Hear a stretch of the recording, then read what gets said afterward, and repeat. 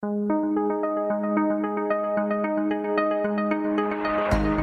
think there is a meaningful move toward uncertainty in what the future holds. Of course, it's sector specific. So some sectors like tech and financial services, Jeff, I don't know if you'll agree, tend to see there's at least another year of steam in the domestic economy. Travel, mining, auto, others are already seeing real softness. But everybody, if they don't already have a plan, is planning to have a plan this year. And I think, look, what's different this year? We all have gone through recessions. What's different? This is different for at least 3 or 4 ways that are worth naming. One is we're in the middle of a massive tech disruption. That's different. Political uncertainty, trade, but also a rise of social activism, unlike anything we've seen before, putting a real scrutiny on management's actions. Never had that in parallel. And then finally, I think management would say, CEOs would say, low-hanging fruit is gone. So we've been living on the edge of operational efficiency for many years. What's my playbook? Right. That's new too. This is not a normal phase of uncertainty. There's a lot going on here, and we are confused. Right. First of all, I think the Nationals winning last night proves that anything is possible in the future. Anything can be predicted. But I apologize to anybody from Milwaukee. There you go. No, I would say I agree completely. But I would separate out what I would call traditional economic forecasting with what is happening today, because we like predictability. We look at numbers in terms of lagging indicators and trying to predict what's going to happen. But we're like a patient who's gone in to see the doctor, and the doctor says, I really don't know how long you're going to live, and I'm not quite sure how much medicine you're going to take, but have a good day. And I think in where we are right now is we have extraordinary political gridlock in Washington. We had some positive economic bump from the deregulation, but I think what people want to see is more certainty. And I think if you see the U.S. presidential election from the context of swinging from one extreme to the other extreme potentially, and the implications of that, coupled with Brexit, with China, I would agree we're in a period of extraordinary uncertainty. But I would say some of this is our own making, and it's not. If you look into history and you look back on this area, we'll say, well, is this an era in crisis? I'm not so sure. I think we have a lot of opportunity to shape our future if we do the right things. Because if you think about the world we've all lived in since really the beginning of this year, every single meeting any business person goes to, any financial person goes to, begins with, oh my gosh, how are you feeling about the economy? What are you doing different? And of course, you're the economist, Bart, but that's a self-fulfilling prophecy for businesses. And so certainly across the globe, particularly in the US, though, you have seen more caution creep into the way small to large businesses are thinking about their business. But the other thing to think about is in the US and in most other developed economies, consumers have continued to spend very strongly. And at the end of the day, it is consumers who pull products out of the businesses that CEOs are making decisions about. So when I looked at the CEO confidence survey, I see confidence that is actually lower than where output is right now. And I think that's because people are saying, well, who's going to win, right? Because a year from now, either the consumer is going to slow down and look more like the caution you see on the commercial side, or we're going to see, I think, a little bit of confidence come back into the commercial sector. So from a business perspective, for any organization, we're not in the business at the end of the day of trying to forecast the future. Our business is trying to make sure we're ready to thrive in any of those scenarios. I think one of those things has to happen, but I think the challenge for all of us is to think about how do we position our organizations to thrive in either outcome. I think there are 2 things to consider. One is the narrative, how we talk and how we motivate, but then the other are the actions we choose to take, because at the end of the day, if it's just a press release without decisions that back it up, authenticity, as we all know today, matters more than ever. We looked at companies in the last downturn, so recognizing this is a different downturn, if we were to have a downturn, and maybe we're very optimistic and we won't. And we studied what did they do, because we looked at 1,000 companies and 10% really persevered. What did they hold in common, and what can we learn from them? they did a few things. One is they went after productivity gains, sure. They shored up their balance sheet to strengthen their cash positions. They made very decisive portfolio moves. So they actually were faster to divest coming into the downturn and faster to actually start to acquire in the recovery. It's pretty surprising and unusual. What's going to hold true going forward? And I'm talking not from the narrative and the confidence boosting, but from I think confidence comes in part from a sense of resilience and planning that gives one confidence and optimism, honestly, because empty optimism is also kind of nerve-wracking. And just a few things to point out that I think will make a big difference, recognizing this is a different thing than we've ever gone through before.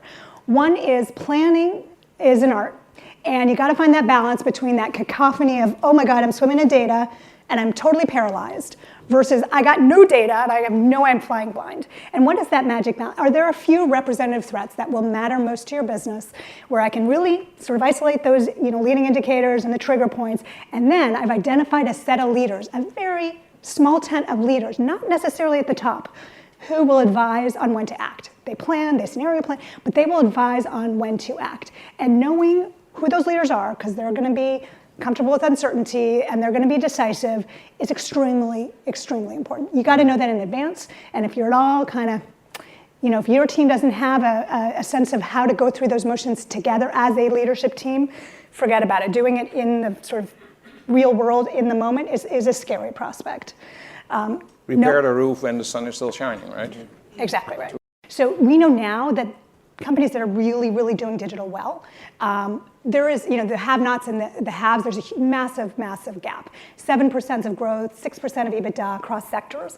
There's a lot of reason to believe, and I'm talking about digital, meaning digital for revenue, knowing who to target, but also digital for cost to serve, for IT, et cetera.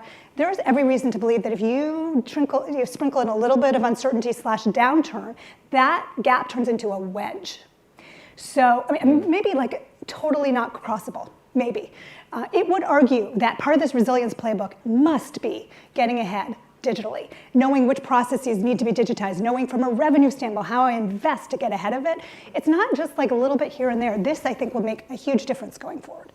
Great question, debt, because it is one of those things on the background, and we don't pay too much attention to. Jeff, I'm going to start with you. You're the finance man. Well, I'm going to actually go to something Ambassador Holliday said, which is, boy, there's lots of things you can worry about, and debt would certainly be one of them. If you put it in a U.S. context for just a second, there's always great danger in reflecting on the last crisis because the next one will be different. But overall levels of consumer debt do still not look scary because mortgage debt has not taken off the way it did in the last crisis, and it's mortgage debt that caused the biggest source of the problems. On the other hand, certainly pockets of consumer debt, like student loans and auto loans, just look like something waiting to happen that will not be pleasant. And when you look at levels of corporate debt, and I would suggest government debt in many countries. How about government debt? They're propped up by these unbelievably low interest rates, at least unbelievably low by historical standards. So I think there is, unfortunately, tremendous leverage waiting to make things worse when things do start to go bad because of those debt levels.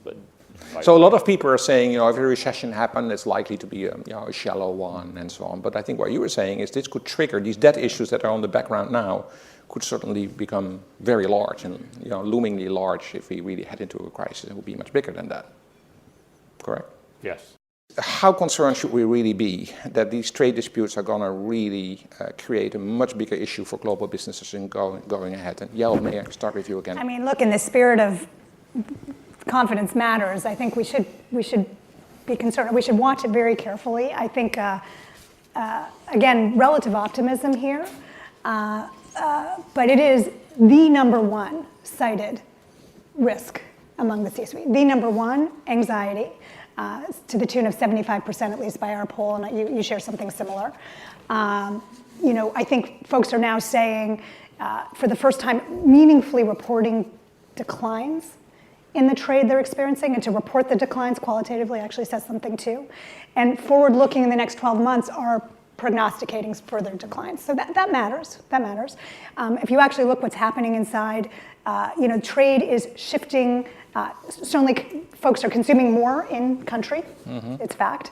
Reversing a long-time trend, trade is actually happening more across bordering, neighboring countries than long haul, which is interesting, and it suggests, at least in part, it reflects maybe a desire by companies to do business with their customers and suppliers. But fundamentally, it's just reshifting the value chain. So I think, and technology, right? We all can observe that technology, AI, automation will create different trade-offs between capital and labor that will change footprints. So I think it's meaningful, and I think it's very much, hot debate. There's, to me, a short-term and a long-term issue. In the short term, you have just specific segments of the economy that are hit by any particular set of tariffs. And in the short term, there's a variety of things you do, from pushing price back down to the supplier to pushing it on to the customer to try to manage the economic impact. I think the longer-term fundamental shift, though, is that I think there would be a view amongst many senior leaders that the world is actually never going to go back to working quite the way it has in terms of global supply chains. And this really goes to your point about changes in trading patterns. It doesn't mean that trade stops. It doesn't mean China becomes completely isolated. But a world where China, I think, has made a permanent decision that, boy, we can't rely on non-Chinese technology, non-Chinese manufacturing, non-Chinese aerospace, non-Chinese, you name it. I think they take a long-term view, and that means that their role in global supply chains, their role in the global economy may well lead to a world that is more about different silos. That's still a world where you can drive business. It's still a world where you have interaction with China, but it's a very different world. Right. Are these trade disputes, to some extent, just a symptom of some underlying thing that business leaders see is much more concerning, which is sort of, some people would call it the deglobalization, or at least a very different type of globalization? So what are the underlying geopolitical trends that probably feeding that concern? Well, obviously income inequality, cultural shifts, fear of technological advancement, globalization, all these are contributing to people voting for people who are protectionists or who see a more nationalist view. I wanted to just build for a second on the short and long term. I agree that that's the right way to look at it, but I have a slightly different take on the long term piece, which is short term.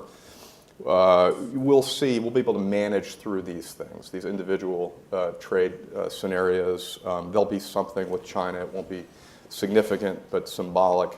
But the longer term issue is that the United States is giving up its leadership position in terms of the architecture of the global trading system. And we are the people who actually developed it and wrote the rules and built this system. And if you look at how, TPP, for example, in the Pacific, we are now absent, and China and the other Asian countries are forming their own trade blocs. And so for us to have our markets that we need to expand into, it's not just the individual deals. It's not case by case. What it is it's the system we're living in and what role the United States will play. Will it lead, or will it be just one of 3 or 4 poles in the world of regional economic power? So companies that are about driving value for the long term, I would suggest, have only succeeded when they realize we have to take great care of our employees because they're they're the people who do great things for our customers. We have to help the communities in which our employees live thrive because otherwise our employees won't thrive. We have to build customer relationships and partnership relationships that are about the long term, because if we don't do those things, we're not going to create long-term value for our shareholders. So for a company with a truly long-term perspective, I would suggest there was nothing in that Business Roundtable statement that was new. That's how companies like American Express have survived for 169 years. I do think there's a short-term, long-term question there, right? We could make a lot more money next year at American Express than we probably will if we did a bunch of things that would mean we're probably not going to be around for 169 years. That's not the way we run the company, though, because we are about long-term value for our shareholders, and that has to come with long-term value for all of our stakeholders. And as a global company, I'm going to go back, Yael, to what you said, which is that we have employees all over the globe. We need local employees who understand local cultures and local customs.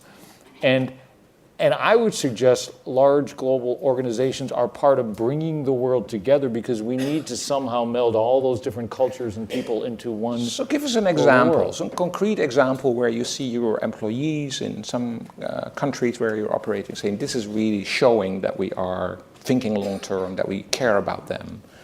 Give us a concrete example. Well, of what you do. I just come back to, in every country in which we do business, we are about how do we support our employees and encourage our employee efforts in the community? Mm-hmm. How do we build good relationships with the government? How do we make sure we are stewards of our customers and long-term relationships, mm-hmm. as opposed to being focused on the short term? This is not rocket science. This mm-hmm. is basic blocking and tackling of how you build value if you're focused on the long term.